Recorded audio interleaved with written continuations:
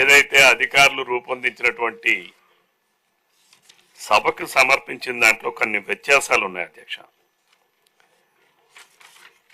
14వ ఆర్థిక సంఘం 15వ ఆర్థిక సంఘం ఈ రాష్ట్రానికి వచ్చినటువంటి నిధుల్లో నేను స్ట్రైట్ గా తమ ద్వారా గౌరవ ఉప ముఖ్యమంత్రి గారికి వారి దృష్టికి తీసుకొస్తున్నాను అధ్యక్ష. 2019-20లో 2336 కోట్లు అని చెప్పారు అధ్యక్ష. 15వ ఆర్థిక సంఘం 2020-21 1837, 21-22 1338, 20-22-23 1378, 23-24 1390.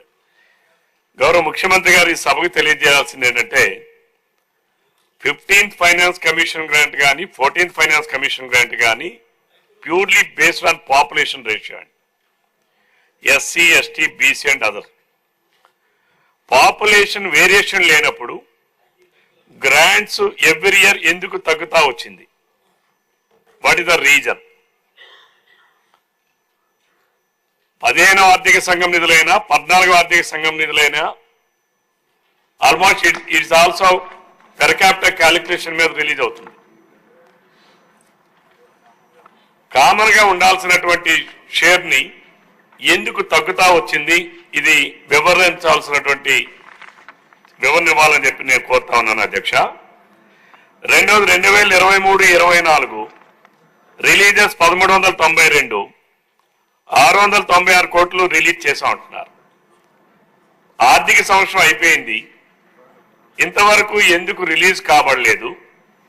ఆ నిధులు కేంద్ర ప్రభుత్వం విడుదల చేసిన తర్వాత ఎందుకు గ్రామ పంచాయతీలకు విడుదల కాబడలేదు? ఇంకోటి కూడా ఉంది అధ్యక్ష. గ్రామ పంచాయతీలు అంటే 73 రాజ్యాంగ సవరణ ప్రకారం ఇవన్నీ కూడా లోకల్ సెల్ఫ్ గవర్నమెంట్స్. రాష్ట్రానికి ప్రజలు ఎన్నుకున్నటువంటి ప్రభుత్వం ఎంత ముఖ్యమో గ్రామ పంచాయతీలకు, గ్రామ ప్రజల తాలూకా నిర్వహణకు గ్రామ పంచాయతీలు కూడా లోకల్ సెల్ఫ్ హెల్ప్ గవర్నమెంట్స్ అధ్యక్ష. వాటికి అనేక రకాలైనటువంటి నిధులు రావాలి అధ్యక్ష. గత 5 సంవత్సరాలు ఏదైతే వైఎస్ఆర్సీపీ ప్రభుత్వం అధికారంలో ఉన్నటువంటి రోజుల్లో కూడా ఇప్పటికీ కూడా ఇవ్వనటువంటిది తలసరి ఆదాయం, పెర్ క్యాపిటల్ గ్రాంట్. ఆ వివరాలు కూడా ఇవ్వాల్సినటువంటి అవసరం ఉంది అధ్యక్ష. పెర్ క్యాపిటల్ గ్రాంట్ కూడా ఇవ్వలేదు అధ్యక్ష. అలాగే రెండోది స్టాంప్ డ్యూటీ ఛార్జెస్, ఏదైతే రిజిస్ట్రేషన్ చేసినటువంటి దాంట్లో స్టాంప్ డ్యూటీస్ నుంచి కూడా కొంత శాతం గ్రామ పంచాయతీలకి, మండల పరిషత్తులకి, జిల్లా పరిషత్తులకి వస్తుంది అధ్యక్ష. వాటిని కూడా గత ప్రభుత్వం ఒక్క పైసా కూడా విడుదల చేయలేదు అధ్యక్ష. అలాగే సేనరీ ఛార్జెస్, శాండ్ పాలసీ అధ్యక్ష. శాండ్ ప్రభుత్వం ఆక్షన్ వేసింది అధ్యక్ష. ఆక్షన్ వేసేటప్పుడు శాండ్ ఆక్షన్ వచ్చేటటువంటి నిధుల్ని నేరుగా అది మినరల్ గ్రాంట్ లో కలపడానికి లేదు అధ్యక్ష. అది గ్రామ పంచాయతీలకి, మండల పరిషత్తులకి, జిల్లా పరిషత్తులకి నిధులు విడుదల చేయాల్సినటువంటిది ఉంది అధ్యక్ష.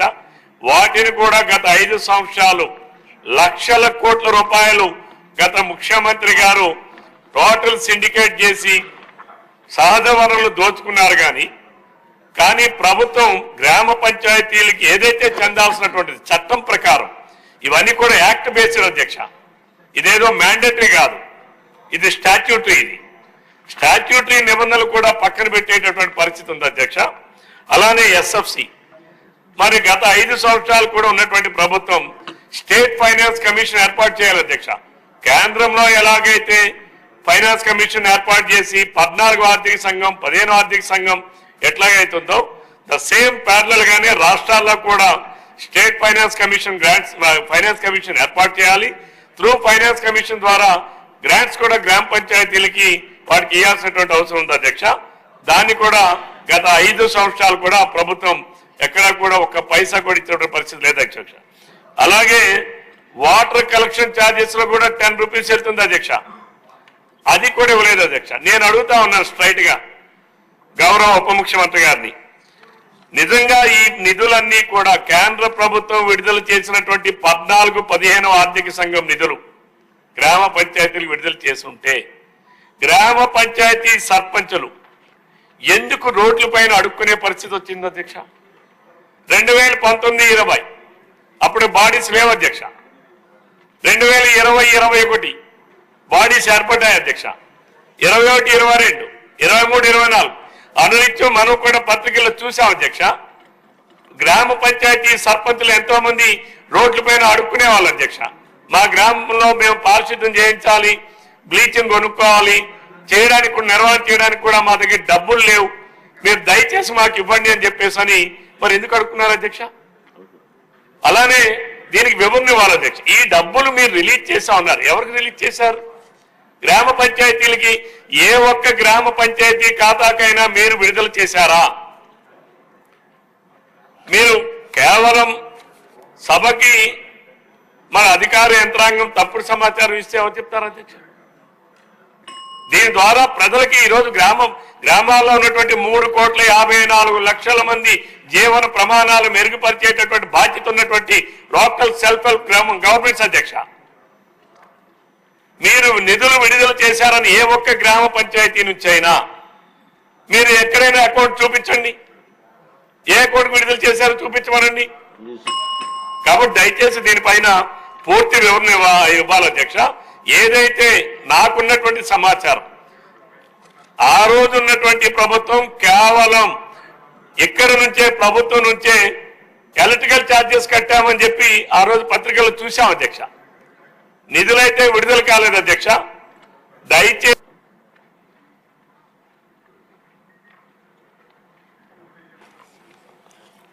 అధ్యక్ష,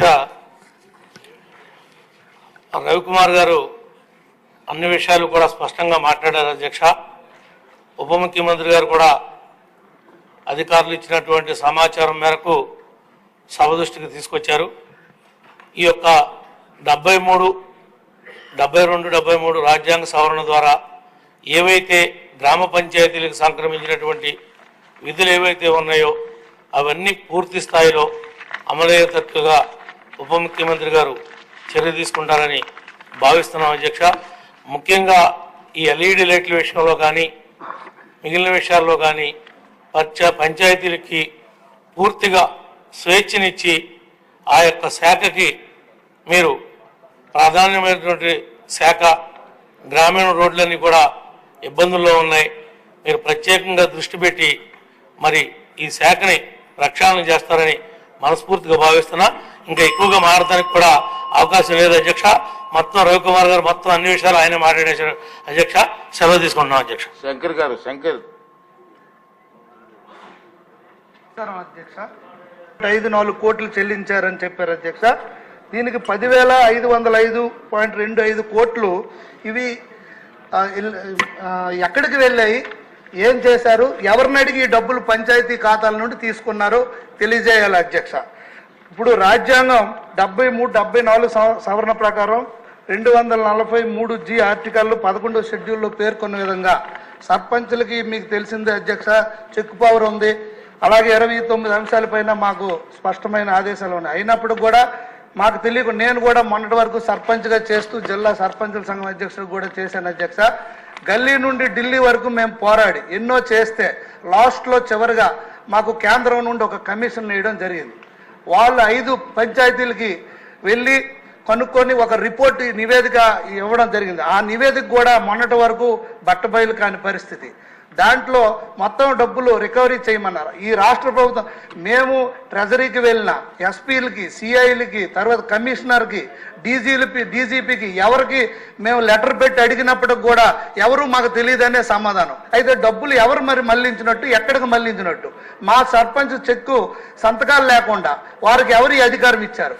పైగా ముఖ్యమంత్రి గారు ఆయన గత 5 సంవత్సరాలకు కూడా మాకు సమాంతర వ్యవస్థ తీసుకొచ్చి అక్కడ సెక్రటరీలని, వాలంటరీ వ్యవస్థను తీసుకొచ్చి సర్పంచులకి నిర్వీర్యం చేసి పంచాయతీరాజ్ వ్యవస్థ నిర్వీర్యం చేసి ఉత్సవ విగ్రహాలుగా మార్చారు.